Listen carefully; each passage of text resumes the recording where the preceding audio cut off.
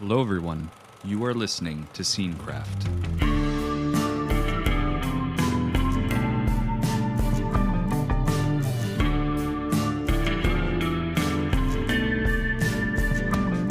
From opening shots to long takes and epilogues, we examine our favorite scenes from cinema here on the podcast. I'm Cody, here with my co-hosts, Mark and Connor. You can find Scenecraft on Instagram, Twitter, and TikTok at Scenecraft Podcast for the latest news on the show. Today we'll be celebrating the 25th anniversary of The Big Lebowski, directed by Joel and Ethan Coen, released back in 1998. But as usual, let's first kick off with our brief What We've Been Watching segment, Quick Takes. Speak quickly. Quickly, thank you. Quickly, come on. Hurry up, quicker. Way quicker. Okay, I'll say it fast. All right, what have you guys been watching this week? Okay, I saw Dungeons and Dragons: Honor Among Thieves, which was directed by John Francis Daley and Jonathan Goldstein, and it was released in 2023. The logline reads, "A charming thief and a band of unlikely adventurers embark on an epic quest to retrieve a lost relic, but things go dangerously awry when they run afoul of the wrong people." Okay, so I'm going to start this off basically inviting hate mail from everybody because I've never really been a big fan of high fantasy like Lord of the Rings and Game of Thrones. Okay, I know it's a okay. super unpopular opinion. Okay. However, I heard so many positive things about this movie that I decided to give it a try, and I'm glad I did because I actually had a lot of fun with it. They use a lot of practical and prosthetic creatures, which I thought were a highlight, and it gave it a layer of believability that I don't think CGI alone could do. I honestly believe that the comedy in this film acts like a glue and it holds everything together. And it also prevents it from teetering into melodrama, which I normally associate with the genre. I will say that the action combat sequences were decent, but I would probably unfairly judge them because I had just seen John Wick 4, and it's hard to compare to that one. But I will say that Dungeons and Dragons: Honor Among Thieves is amusing enough that I would recommend it. Quick question. John Francis Daley, is that the Yes. actor? Wow. Yeah, and funny enough, played Dungeons and Dragons in Freaks and Geeks. Yes. Oh, that's so Yeah. awesome. Yeah, Yeah. that was cool to see. Isn't this the same duo that also directed Game Night? Yes. Yeah. Oh, it is? Wow. Yeah. Okay. That sold me a little more on this, just hearing that. Yeah. That was one of the reasons that pushed me over the edge, for sure. Okay. I also finally saw Skinamarink, which has been a topic of high discussion amongst us. One of us had to see it, and I finally bit the bullet and saw it. So Skinamarink was directed by Kyle Edward Ball, and it was released in 2023. The logline reads, "Two children wake up in the middle of the night to find their father is missing, and all the windows and doors in their home have vanished." So Skinamarink is a new experimental horror film that draws a lot of inspiration from liminal spaces. And if that means nothing to you, as it did for me at first, basically liminal spaces are an aesthetic dedicated to showing empty and abandoned locations in an eerie and unsettling way. Now, you're probably asking yourself, how does this translate into an actual movie? Well, Skinamarink is entirely composed of these lingering shots inside a largely empty, dark house with nothing but natural sound going on. And the image itself is actually treated with this level of graininess that makes you start to question whether you're actually seeing things in the shadows on screen. And I have to warn anybody who's considering seeing this that there are long stretches of time where nothing really happens. So there may be a static shot of like the ground and some Legos on the ground, and then nothing really happens. But in order to kind of get the full experience, I turned off all the lights so that my apartment was only lit by the TV screen, and I put my phone on the do not disturb mode. And as many fans of horror movies know, sometimes it's the anticipation that's actually scarier than the reveal itself. Yes. And this film takes that premise and basically uses it for the entirety of the hour and 40-minute runtime. a lot of the imagery taps into this childhood fear, such as when you're turning off the light and your eyes are kind of getting adjusted to the dark and you do a quick scan around the room for anything scary. It's basically what you're doing in this movie. And overall, I feel like the film is actually really interesting because it holds a rare distinction of being simultaneously stressful yet boring at the same time, which sounds like an oxymoron. Yeah. I really do commend it for its originality, but I don't think it warrants a recommendation. So I do not recommend Skinamarink unless what I just described to you sounds interesting. Mark, can I ask, do you get any actual terrifying imagery as a result of those long pauses? There are jump scares in the movie, yes. Okay. Mm. Yeah, because what you're describing, I think, would actually kind of scare the shit out of me. Yeah. Me too. And that's kind of what drew me to this, because I talked to several people, I think maybe even you guys at one point, where it just seems kind of like a waste of time because not much really happens. Yeah. But because you're always waiting for something to happen, when it finally does, it does shock you a little bit. But there are these really long stretches where you're just kind of waiting, to the point where you're like, okay, scare me already. Wow. Very brave of you to go the lights off, do not disturb route. That's I had read dedication. so much about it online that was the way you had to do Yeah, it. So I was you like, gotta if I'm go going to for it. watch this, I just got to do it the right way. Okay, so Skinamarink, huh? I had to say it. Such a dumb joke. Connor, what have you been watching? So I've been watching a lot of TV the past few weeks, which we'll get into a little bit with some of my takes. But the first one I wanted to talk about was Beef, created by Lee Sung-jin. Just came out a couple weeks ago. And the logline is, two people let a road rage incident burrow into their minds and slowly consume their every thought and action. So it's kind of weird that I'm doing this one because at this point, I think you both have finished the show, right? Yeah. Yeah. Okay. So I'm 7 episodes in and I have 3 more to go. And I'm sure the stuff that I think is crazy now will probably seem quaint by the finale. Is that fair to say? Yeah, I would. Okay. I would say so. All right. So let me start by saying I was very apprehensive about this show, as you both know. And I thought this might be some more A24 BS, but I'm happily eating my words with every episode. And I need to say, Cody, you were right. And Mark, you were sort of right. You were more right than wrong. Okay. But I remember Cody saying, like, this looks like it's going to be really good. And you were right. I mean, what a great show. There was just something about the trailer. Like, A24 knows how to cut a great trailer. Yeah. And they do. There was just something about it that seemed super interesting. Like, there was more than the surface level of, like, two people playing pranks on each other. And it was going to go much deeper, and it did. So, glad you're liking it, Connor. No, exactly. I think it really taps into the frustration of having to grind every day and the masks that we have to wear. So the show starts with a pretty intense road rage incident between two characters, and Mark, like the Banshees of Inisherin, which you loved, something small stakes between two people just starts spiraling wildly out of control. And what made me really love this show is when it pulls back and we start to see the impetus for that first moment, the road rage incident. We see these two characters put everything else ahead of their own needs, their families, their work, the expectations of those around them. And the show starts from this moment where each of them just don't have an inch left to give and they just physically cannot take any more shit. So they get into this road rage craziness. Anyway, there's a lot more that I can say about it, and I can't wait to talk to you guys about it after I finish, but I don't want to give too much away. Steven Yeun is absolutely incredible in this, right? Yeah, he's amazing. Yeah.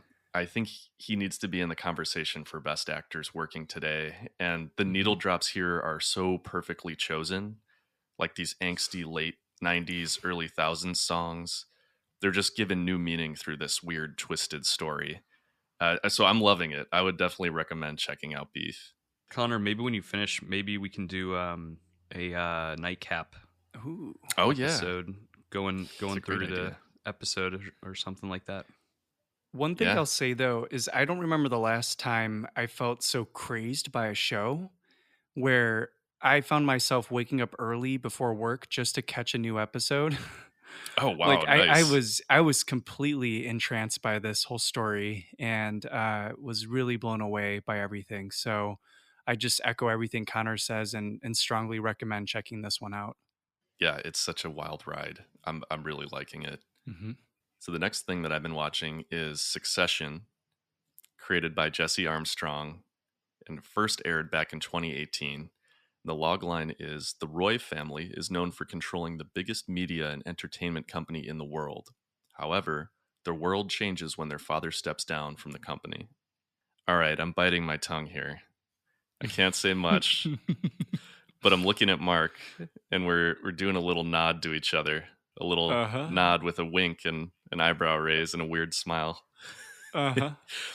If you know, you know. Why can't you guys say very much? Huh? We don't want to give anything away. No. I'm very TV focused this week, but it's the fourth and final season of Succession, baby. I'm reminded each Sunday night that in an era of all time great TV series, Succession is one of the best ever. I think it's really the show of our time. It's a blurry line between voyeuristic reality TV and a scripted drama, just in the best way possible. The craft and dedication in depicting family dynamics and deeply, deeply flawed individuals is handled with so much care that it's easy to forget that what we're seeing is completely made up. So, for those unfamiliar with the show, Cody, I know you know a little about it. It takes that singular anti hero approach of The Sopranos, Breaking Bad, Better Call Saul, but it applies it to an entire family of anti heroes that represent the wealthiest 1% of the 1%. So if you can't tell already, I would highly recommend checking out Succession if you love a great dramatic series. Also, best theme music in the business. I'm really going to miss this show. One of my biggest blunders, not getting on board with this series in time Yeah. to make it through and experience the finale real time with you and you guys and everybody. Bummer, but I'm gonna binge it all. The only thing I could say is just stay off the internet, stay off Yes. Oh my anything God. Succession related because spoilers are like landmines and they're everywhere right now. Spoilers are like a whole new level Yeah. for success. It's crazy. It's just, Yeah. you can't go online. No. Putting no. it right in the headline. Yeah. I don't think I've ever seen anything as egregious as this past week of terrible. Mm-hmm. It's Yeah. really bad. So just avoid it, Cody. Yeah. I've been very lucky so far then because I haven't seen anything. So. Good. Well, let's keep it that way. What about for you, Cody? What have you been watching? So this past week, I stepped out for some fresh air just to go back inside to the theater on a beautiful day to see Air, directed by Ben Affleck. This was released last week in theaters only at the moment. The logline reads, Sonny Vaccaro and Nike pursue basketball rookie Michael Jordan, creating a partnership that revolutionizes the world of sports and contemporary culture. So let me start off by asking both of you, Mark, do you like an underdog story? Of course. Connor? Yeah, who doesn't? Right. Air is exactly that. Everybody likes an underdog story. We love to watch a film where through sheer force of will, characters persevere and succeed. That's why we watch movies a lot of the time. Mm-hmm. And Air feels different than your garden variety sports biopic because it barely sets foot on the court, actually. It's primarily shot in a corporate building. And as a result, it's more about the characters and ideas behind all of this rather than the sport itself. The film wasn't a slam dunk. Yeah. There we go. I'm so sorry. Some laughs there. Okay. Yeah. But the movie is a solid crowd pleaser. That's what it is. And I would recommend seeing Air, which is, again, only in theaters at the moment. So go check it out. Yeah, I'm glad you liked it. I kind of spontaneously bought a ticket like 20 minutes before showing. And so I saw it this week as well, and I thought it was great. And the one thing I thought of when I was leaving was I can't imagine many people not enjoying it when they leave. You know what I Right. mean? crowd pleaser is a great way to describe it. Totally. Yeah, and it's just got it's got like 80s needle drops all over the Yeah, place, okay. stock footage Okay. everywhere. It's Mhm. just you're kind of in it, and it's like I'm just enjoying myself. There's just really nothing not to like. So then at home this week, I also had a chance to finally check out the Doug Liman film called Go, which was released in 1999. The logline reads, Go depicts the aftermath of a drug deal as told from 3 different points of view. So that's a simple one, simple logline, but the movie is actually energetic and stylistic. So I'd actually never really heard of Go, honestly, but recently this film was brought up by a friend on the heels of Sarah Polley's Oscar win, as What was she... that movie that she won for again? Women talking. Yeah. Wait, and really quick, so you didn't get this from the film cast. You literally Well, funny enough, coincidentally, the Filmcast, one of our favorite film podcasts, also did an episode on Go recently. Oh, So it's Mhm. just funny it was brought up in 2 different instances, and yeah. I had never heard of it before either. The universe telling you to watch. Exactly. Yeah, so I went ahead and did it. So this is the film that Doug Liman made after Swingers, which I've seen a Oh, bunch of times, many of cool. us have. It carries a lot of that same momentum and aura of the 90s, and Hmm. its script structure is very notable because it takes after the vignette style of a very famous Tarantino film released just a few years earlier, and it's Hmm. always compared to that, though it doesn't do it quite as well. Okay. The best I could say for Go is that it really gives off this youthful, sort of frosted tip 90s energy and chaos. And you love to watch characters tempting fate and experiencing the rush of life. It keeps reinventing itself throughout the runtime. At worst, because this movie is such a time capsule of a film, it can be problematic in its humor, Mm. and it's actually tough to latch on to some of these really frenetic, somewhat unlikable characters. But Okay. overall, you know what? It's absurd. It's fun. It also features then up and comers like Katie Holmes, Timothy Oliphant, Taye Diggs, and even Melissa McCarthy. Definitely recommend checking this out if you haven't already. How did you watch this, Cody? I actually rented it on via Apple. Okay. Yeah. That is a interesting cast. Melissa McCarthy. That's cool. Yeah, it's just a tiny little bit part. She like answers the door to an Oh, apartment. funny. It's Oh. but she pops up on screen and unmistakable. So that was Yeah. kind of fun to see her. I love those early career cameos. It's so fun. Yeah. Yeah, definitely.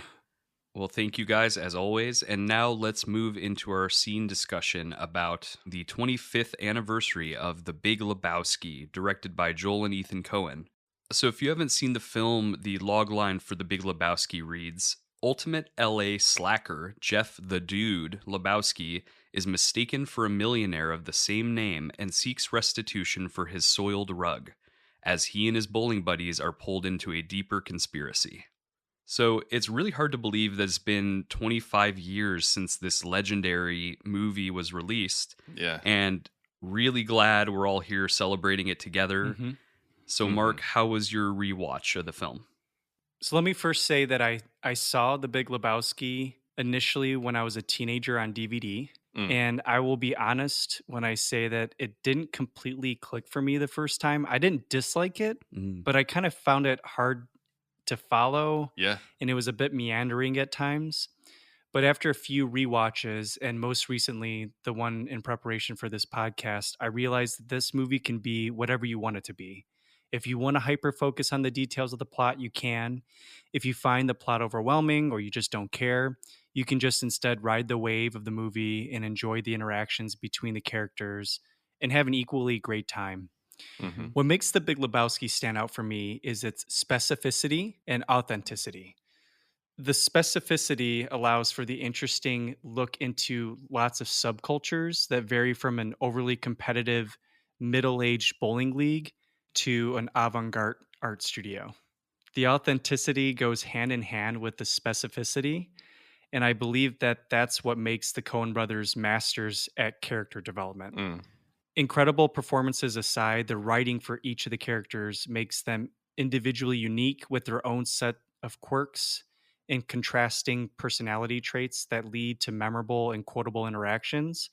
But at the same time, they never feel like caricatures, and they Mm. kind of feel like human beings with clear motivations.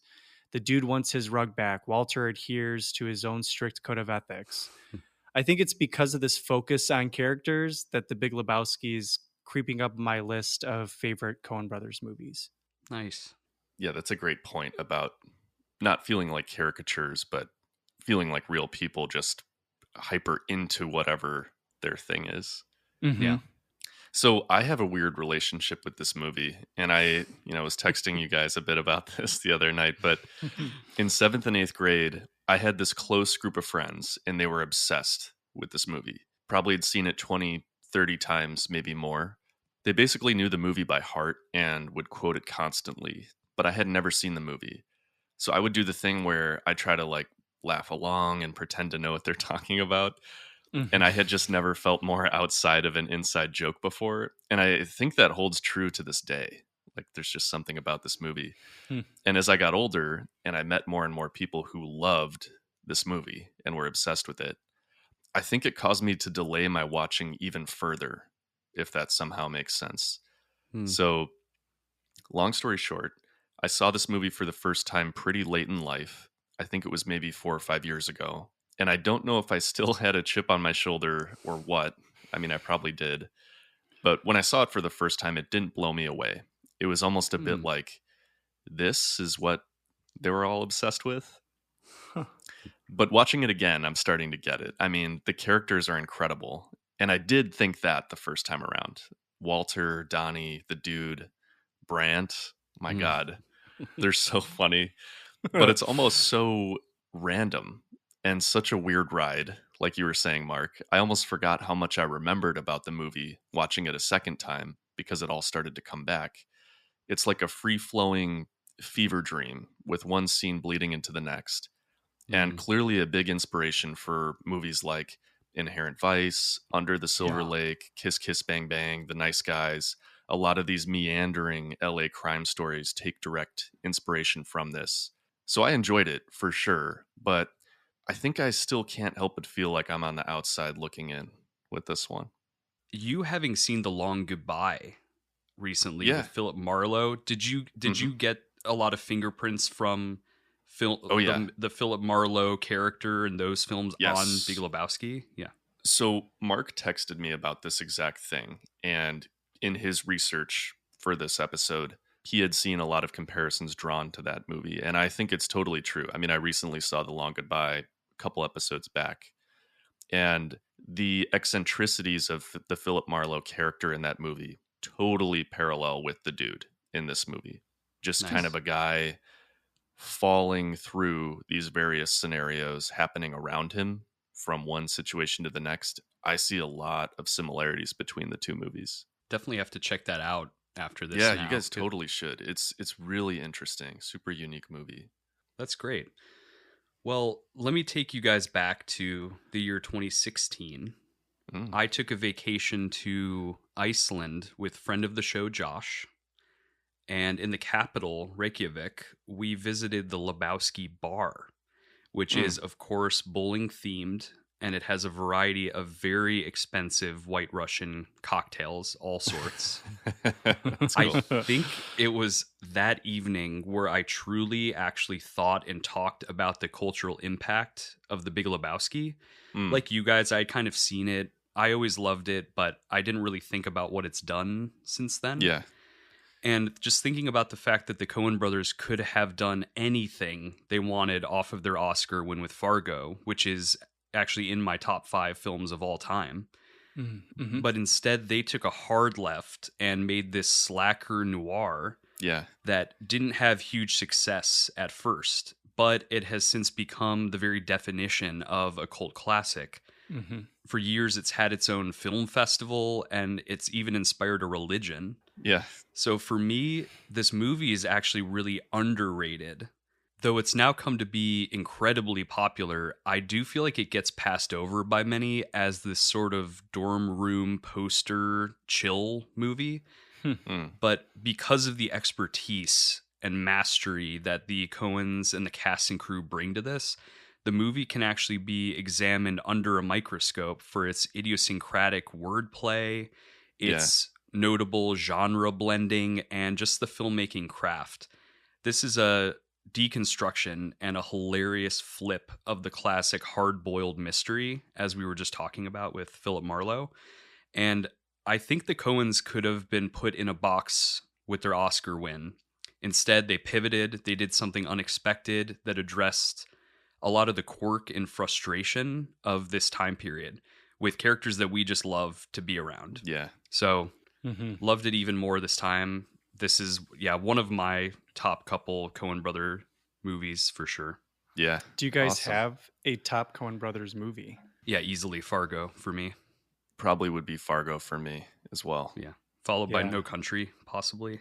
Yeah, I think you're right. No Country's up there. Yeah. I think that's 1 and 2 for me as well. And the two are so different tonally, and that's what I love about the Coen brothers is they have their signature stamp all over everything, but each film feels so different and in what it's trying to do, with the common element being this dark, deep comedy that kind of thematically brings all these films together. Okay, well, let's go ahead and dive into our scene selection, which this week we're going to call Bowling with the Jesus. Let me tell you something, Pandeo. You pull any of your crazy shit with us, you flash a piece out on the lanes, I'll take it away from you and stick it up your ass and pull the fucking trigger till it goes click. Jesus. You said it, man. Nobody fucks with the Jesus. So we'll break down the key moments of this famous scene, but it begins at the bowling alley with several shots in a sort of pseudo-montage that slowly reveal the character of Jesus Quintana, played by John Turturro. This is where we start to see all of the brilliant costume choices for the character. We get him licking his bowling ball, and he effortlessly rolls a strike. The scene proceeds to reveal that, though he's a great bowler, Quintana is also a sex offender, which colors in our perception of the character. And then through dialogue between the dude, played by Jeff Bridges, and Walter, played by John Goodman, the missing wife plotline starts to converge with the bowling plotline. And then we end on the legendary confrontation with Jesus and his henchman Liam, where we get several famous, great cinema lines. So, all that said, breaking down the scene beats, here we go. Yeah, so the very first thing, the sound bridge into the first shot of the scene, we get the famous Hotel California needle drop. And I have a great little aside for you guys if you haven't read about it already, but this is a cover by the Gypsy Kings, and this is a flamenco rendition of Hotel California. So this was chosen by producer and famed musician T-Bone Burnett, who was brought on by the Coens to help curate all the needle drops and music cues. And the song was chosen because T-Bone Burnett made a suggestion that the dude should hate the Eagles. So I guess that was such a funny detail. so good. I love that. And I guess that was T-Bone Burnett's suggestion because T-Bone also does not like the Eagles and is even quoted in Rolling Stone as believing that the Eagles, quote, sort of single-handedly destroyed that whole scene that was brewing back then. Damn. So wow, damn. He does not like the Eagles, suggested that the dude should hate the Eagles because of their sort of mainstream adherence in the face of counterculture.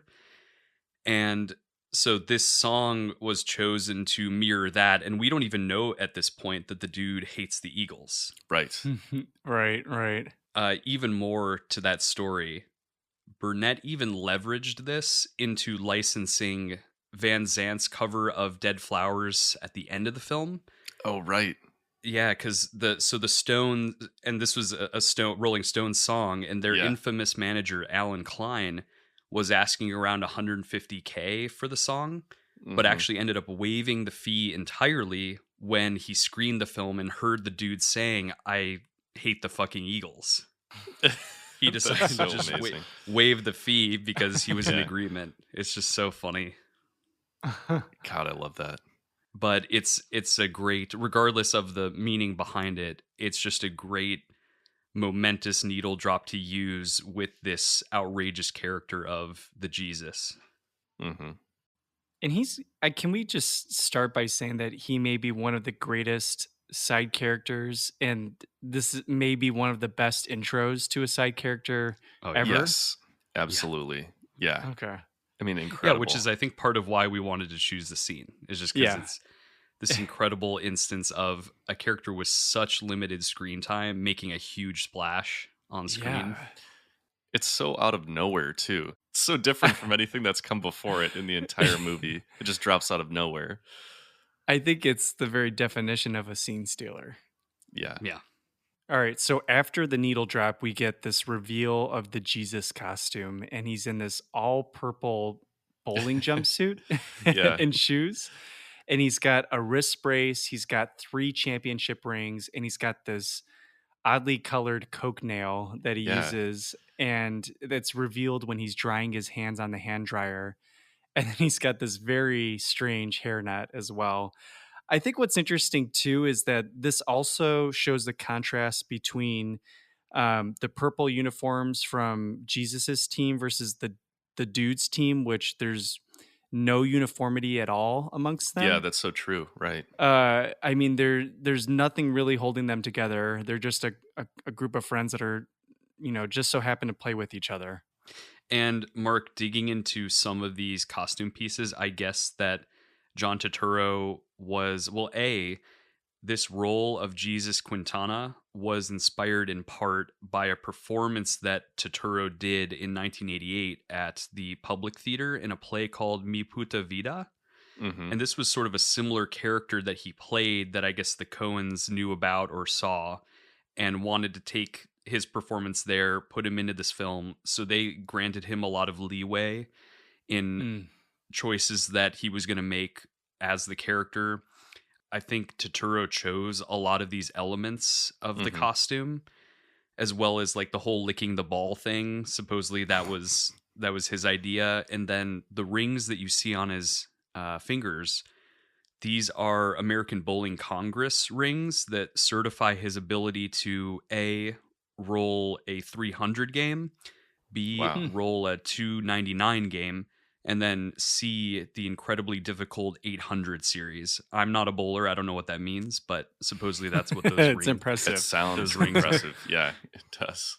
Wow, that's so cool. Thanks for doing that research, Cody. That's great. Oh, of course. You got it. And then from here, we see the sequence is shot high frame rate to get that buttery, smooth slow-mo effect. It's just great. Like that famous bowling ball lick. The camera tracks to the Jesus name on his jumpsuit. I mean, it's just so perfectly orchestrated, all the camera moves in this entire sequence here. I think out of everything that we see here, him licking the ball has to be the strangest choice out of everything. It's so right? weird. Yeah. It is so off-putting. It barely touches it, too. Yeah. And you just wonder, is this a ritual that he has before each roll? Or is this just... I think that's what it's suggesting. Like a pitcher in Major League Baseball has their weird ticks that they do in their windup before each pitch. I think that's what we're seeing him do here. Okay. And the added context of what we find out midway through the scene where he's a sex offender colors that in a different way and makes some of his actions even creepier than you originally thought.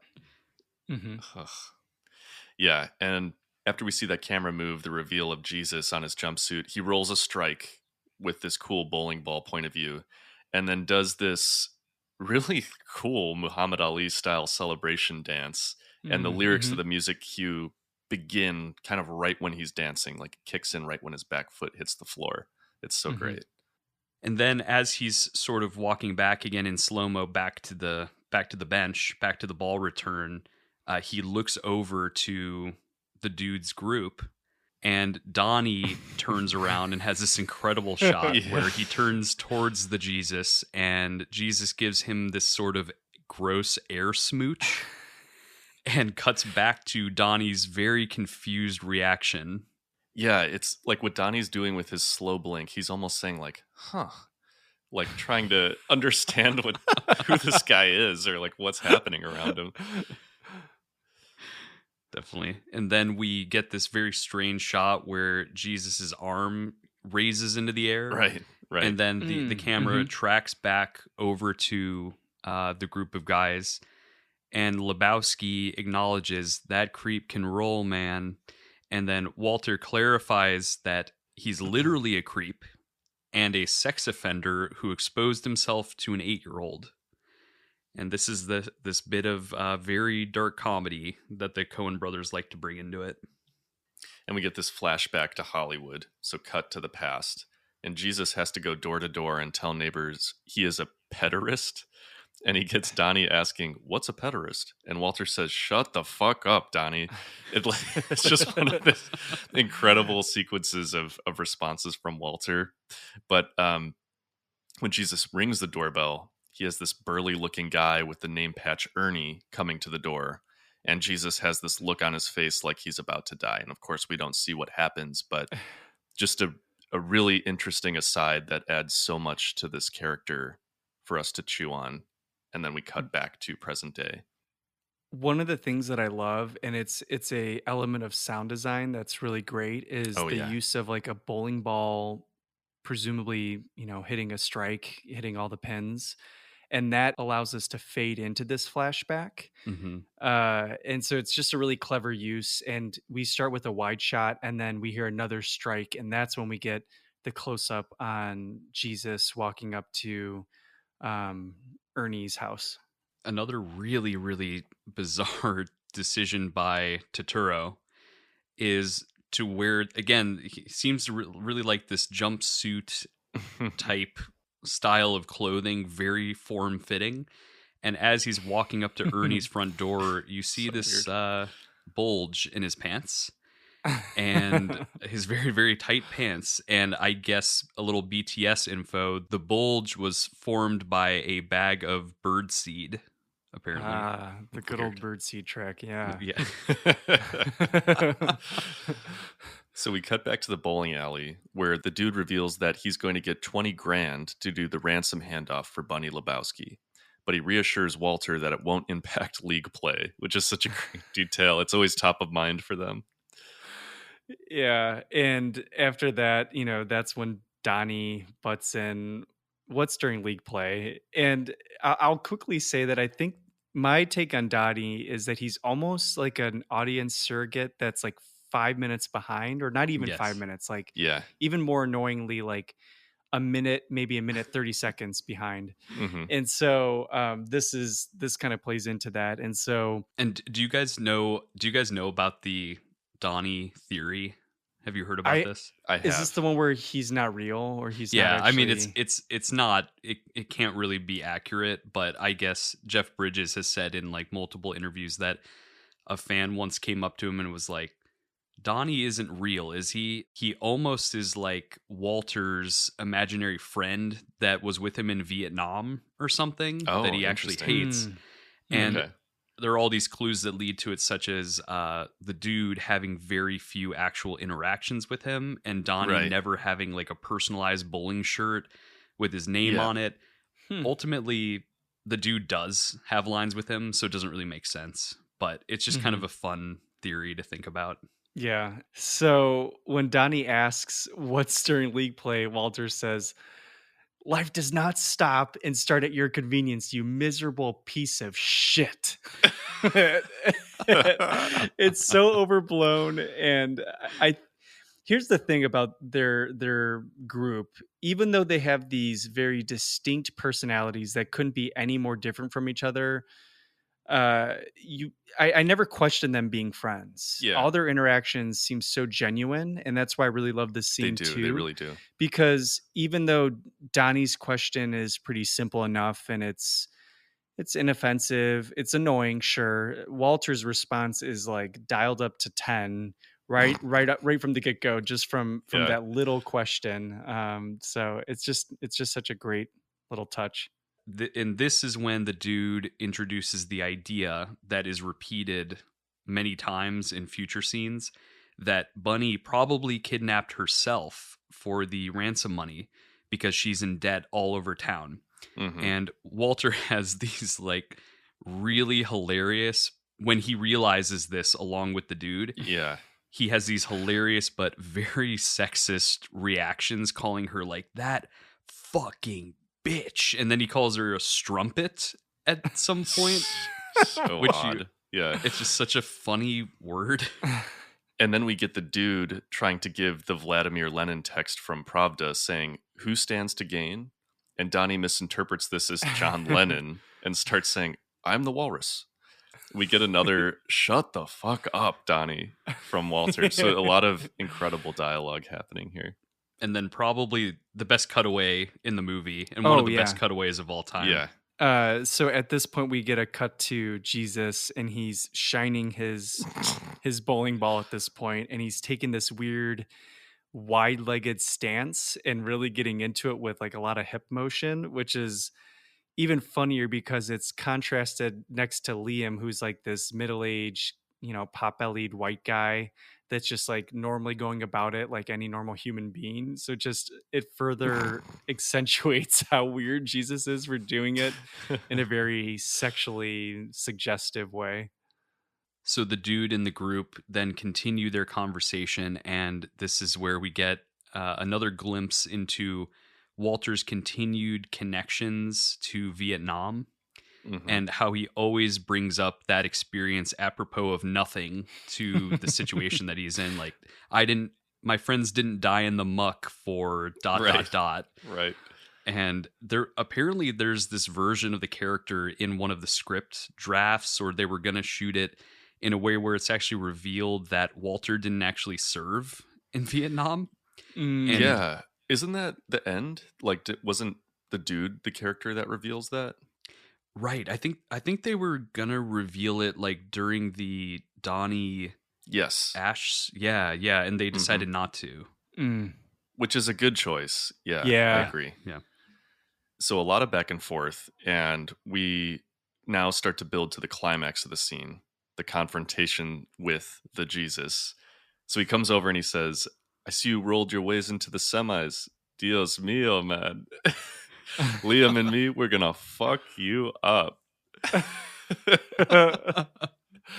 And then quickly after that, we get one of the most quotable and best comebacks ever, which is just the dude in his pacifist way just saying, "Yeah, well, that's just like your opinion, man." Yeah, And one of the world's best comebacks. And I think it's at this point too, Walter, I think for the first time and only time in the entire movie, he's threatened, but he doesn't come back with any kind of force. He just kind of lets it happen. That's such a great point, because I think through the whole movie we see Walter argue back at every character except for Jesus. Everybody and anything. Yeah, the only time we see him kind of speak ill of Jesus is just privately when he has his asides with the dude. He doesn't say it direct to the character Jesus. And you know why I think he does that? And the answer lies in the final line of the scene, which we'll get to.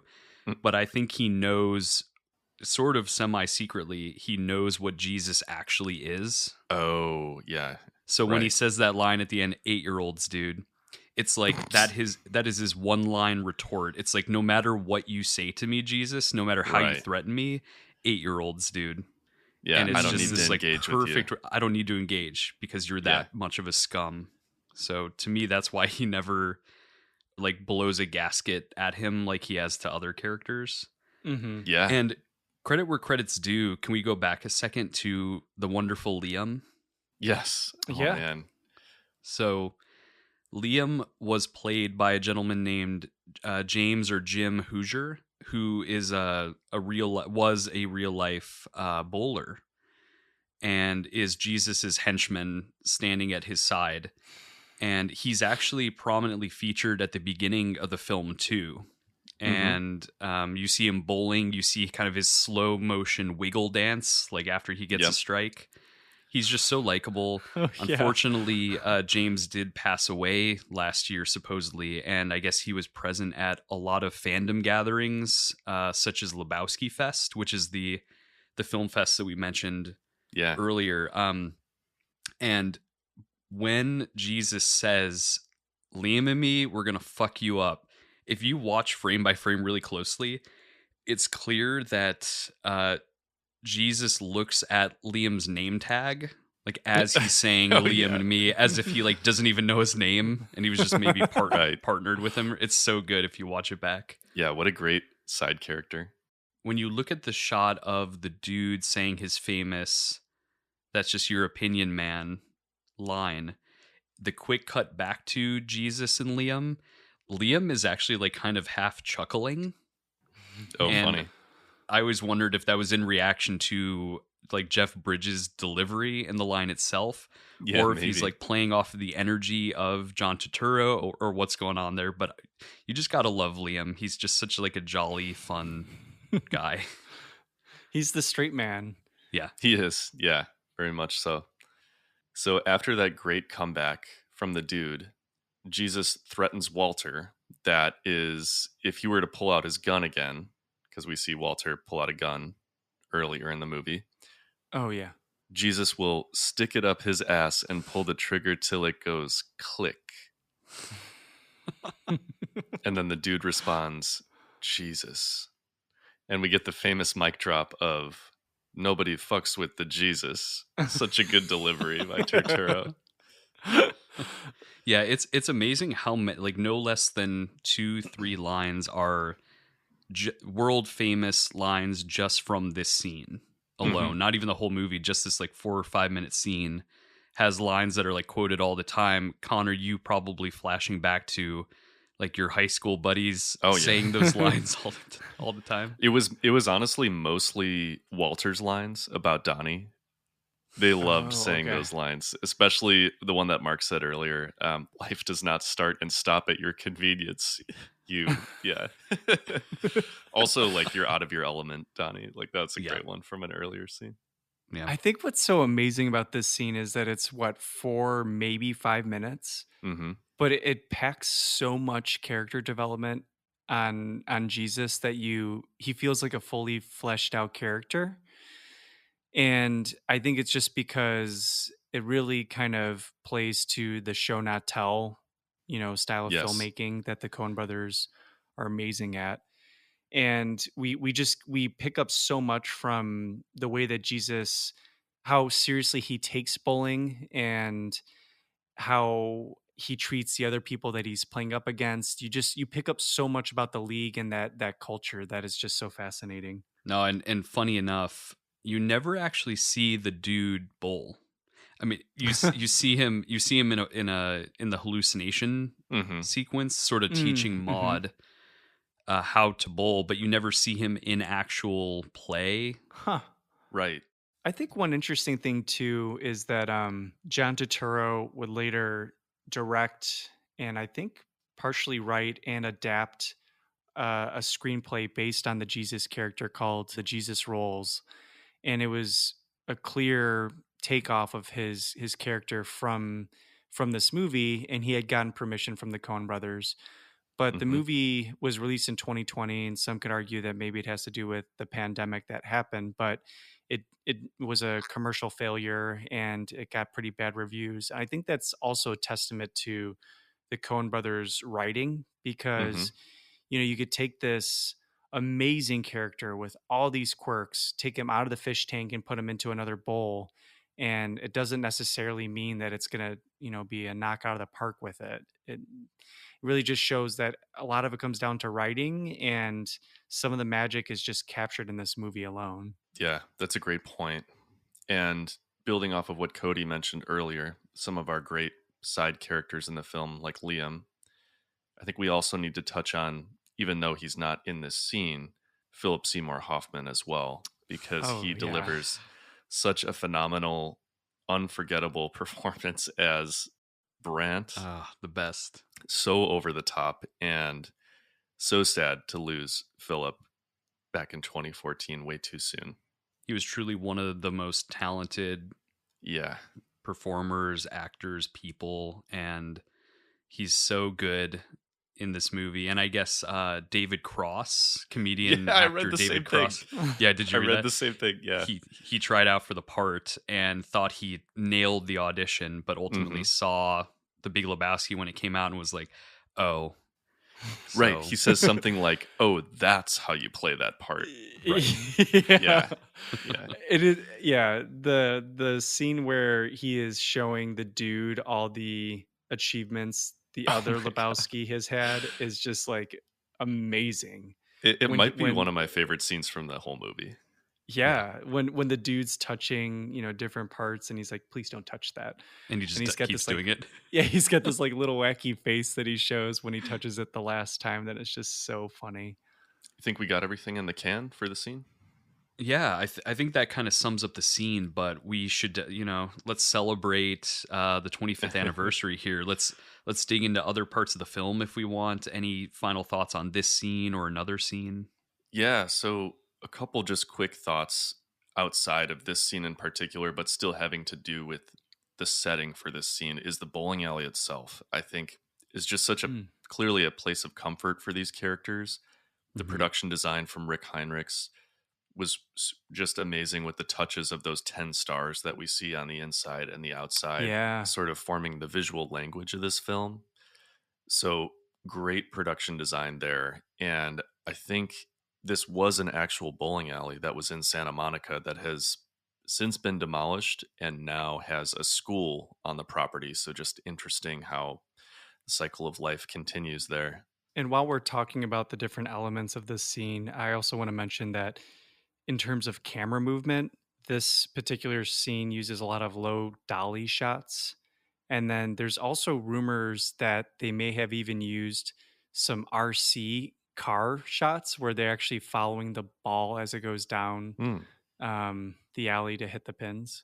cool. Yeah, it's like I would imagine that kind of movement is challenging to get with a traditional dolly, like laying track while you're bowling, because like you can't really run the ball down the Hmm. lane because you have track there. So I'm sure that they had some sort of mechanism like on wheels down low to the ground to capture that shot following the ball.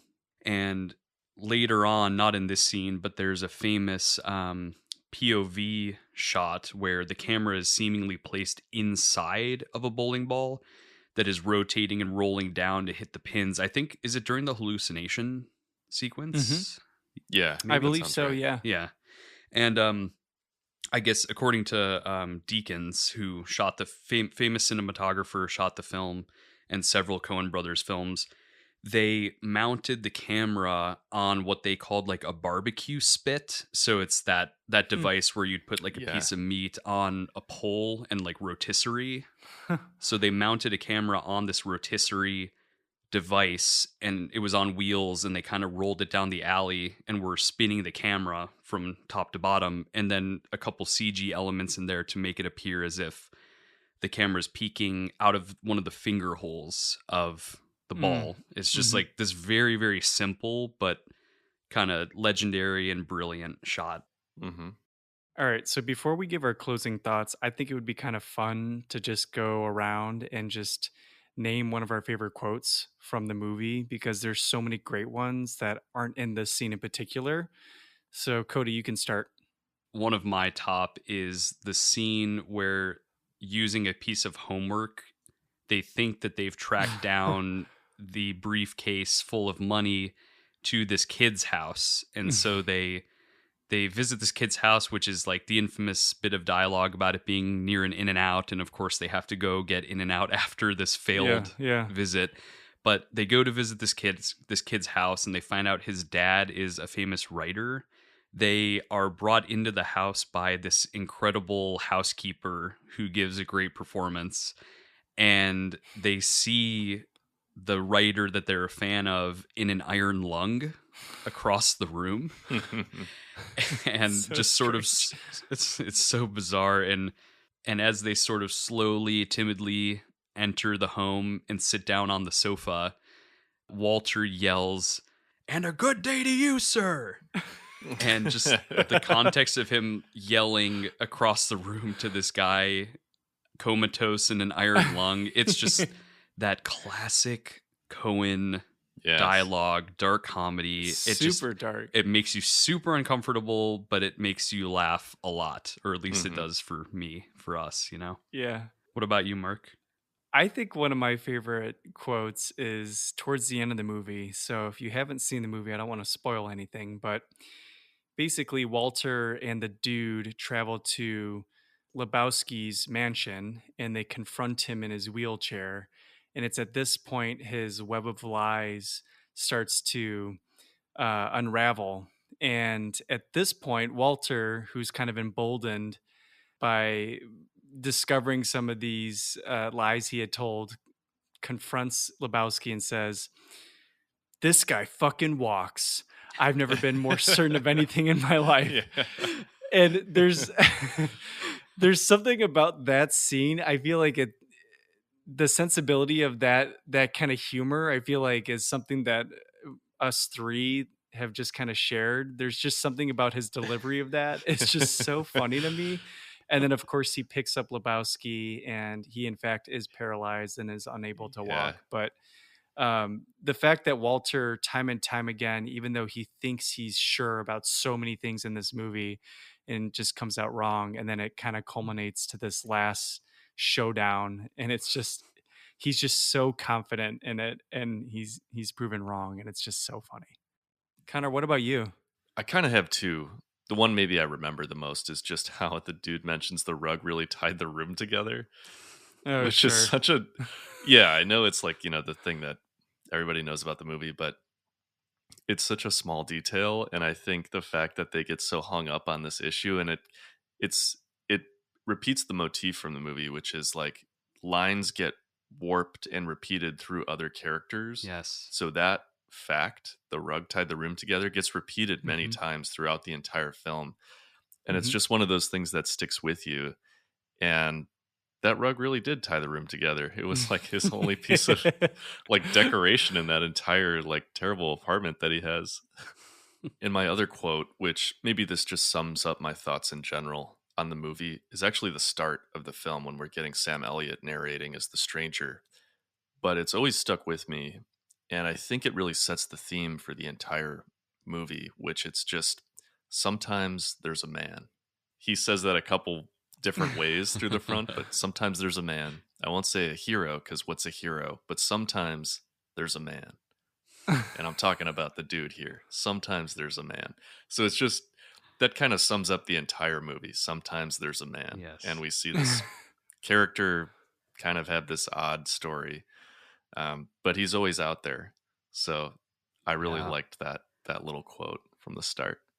Yeah, and I think as we kind of come to the end on going through the scene and a couple other scenes in the movie, I think just to kind of all reflect on this being the 25th anniversary of the film, and again, this really unexpected decision to make this film that has become a cult classic, that has become beloved. And I think we would all agree, no matter our feelings on the film at any point in watching it over our lives, with each watch, it gets better. When you guys agree with that? 100%. Oh, 100%. Yeah. I just can't even imagine if you had seen this in 1998 in the theaters, not knowing what to expect after seeing Fargo and then going to see this. I just think it'd be such a wild experience. And it's actually coming back to theaters for the 25th anniversary. So, oh, is it really? Yeah, you can actually live out that experience. But obviously, a lot of people have seen it by now. I may do it anyway, even though we just watched it. I think I need to. Kinda, Yeah. I'm very tempted. I think it's this weekend. Awesome. Cool. Well, thank you guys. I think that wraps up our discussion about the Big Lebowski for its 25th anniversary. And thank you guys, as always, for your insight, and thank you to our listeners and fellow movie enthusiasts for reliving this scene with us. Do you have a favorite scene from the Big Lebowski? You can email us at scenecraftpodcast@gmail.com with any of your thoughts or comments, or follow us on Instagram, Twitter, or TikTok at scenecraftpodcast for the latest updates on the show. You can also support the podcast by leaving us a review or star rating on your platform of choice. A very special thanks to Jordan Summerlad for our theme music. Stay tuned for our next episode on May 3rd, where we will be discussing Beau is Afraid by Ari Aster. Oof. Connor, looking forward to it? Get ready, Connor. Scared for this one. You guys are roping me into seeing this, but we'll dig into it on the next one. Well, this has been Scenecraft, where we break down the craft behind our favorite scenes. See you all next time.